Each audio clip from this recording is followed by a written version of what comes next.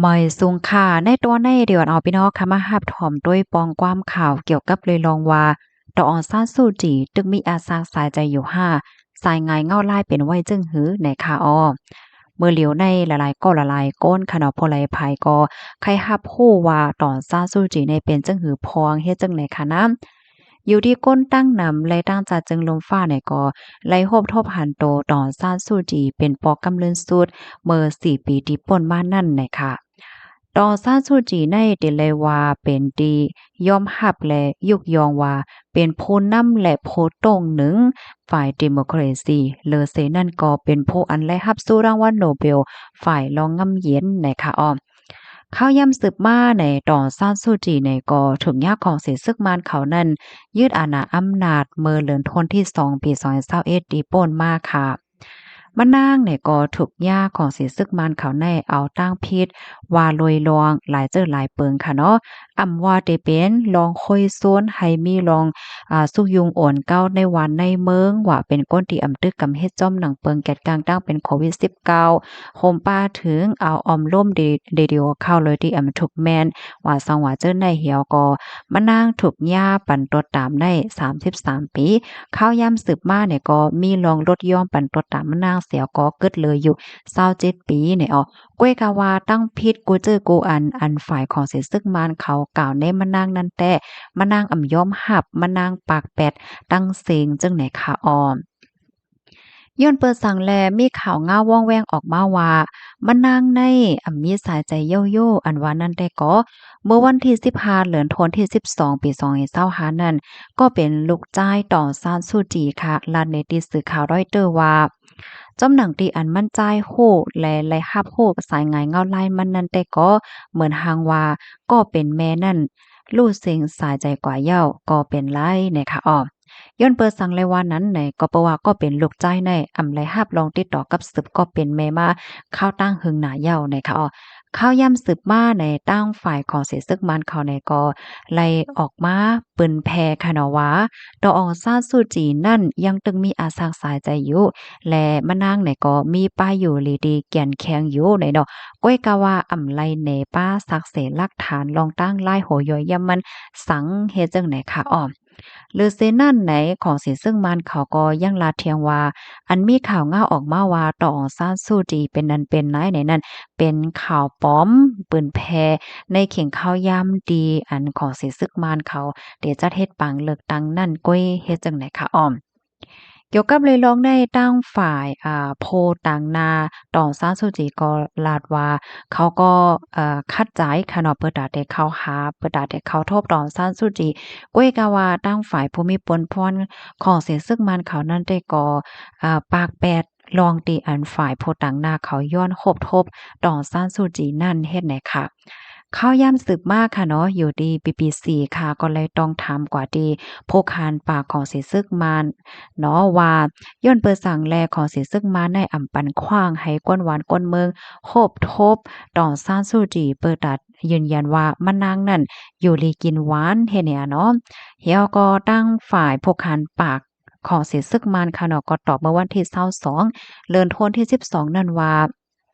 มันถึงขั้นตีโหลดไลเฮ็ดจังนั้นว่าดอนซานซูจีแน่อยู่ลีกินหวานอยู่เฮ็ดจังไหนคะอ้อ ออนหน้าในค่ะเนาะเขาก็ว่าตั้งฝ่ายหมอยา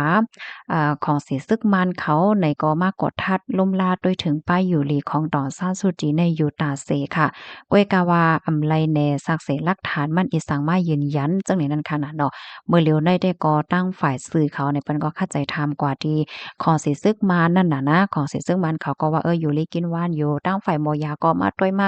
ทัดอยู่เฮ็ดจังไหนก้วยกาว่าซ้ำ เอาสักเสหลักฐานลองว่าตอนซ่านซูจีในอยู่ลีเตในมาแหนมาเปิ่นแพนแหนเฮ็ดจังไหนค่ะเพราะว่าเฮาค่ะมาด้วยพ้องยามหมดแล้วเน้อจังหนังที่คู่กันนั่นยาวค่ะเนาะอยู่ที่ของเสิซึ่งมันเขาเสียก็ได้จัดเฮ็ดปังเลือกตั้งค่ะเมื่อในก็เป็นวันที่26เนี่ยเนาะปังเลือกตั้งปอกำในได้ก็ได้จัดเฮ็ดอยู่3ปอก3กำเลยค่ะนะปอกำที่1ก็เป็นวันที่28เนาะปอนี้ก็แทงปอกำ2กำ3ได้ก็เลยฮู้ว่าได้จัดเฮ็ดในปี2026เดือนธันวาคมที่1เฮ็ดไหนอ้อ กี่ยวกับเลยลองได้อยู่ดีจะจึงลุงฟ้าเขาแล้วก็พบปักดาด้วยเขาหลายตีหลายตั้งแต่ก็หันถึงว่ามันมีลองหลอดเลี้ยวนั่นน่ะเนาะเกี่ยวเลยลองปางเลือกตั้งในปอกกำไนเฮ็ดจังได๋ค่ะกำไนซ้ำเฮาคามาถ่อมด้วยเทียงตอนหนึ่งไหนค่ะเนาะสายงายเงาลายอันในว่าตออซาซูจีนั่นยังตึงมีอาสักสายใจอยู่นั่นมีอีสังพองไหนค่ะกูวันจันทร์ในค่ะนะก็ได้มีกล่องมีตึกอันใส่ตั้งกินอาหาราว่ายายาว่ะปยกปับลิกว่าสังว่าเจ้าเนี่ยก็ส่งกว่าดีควักขังดีเนบิดอในเนี่ยค่ะเนาะเปิดตาส่งพันต่อซานซูจีในก้อยกะว่ามีไผไลไล่รับขว้างให้ป้อจังเลยครบทบโตตองซานซูจีในค่ะ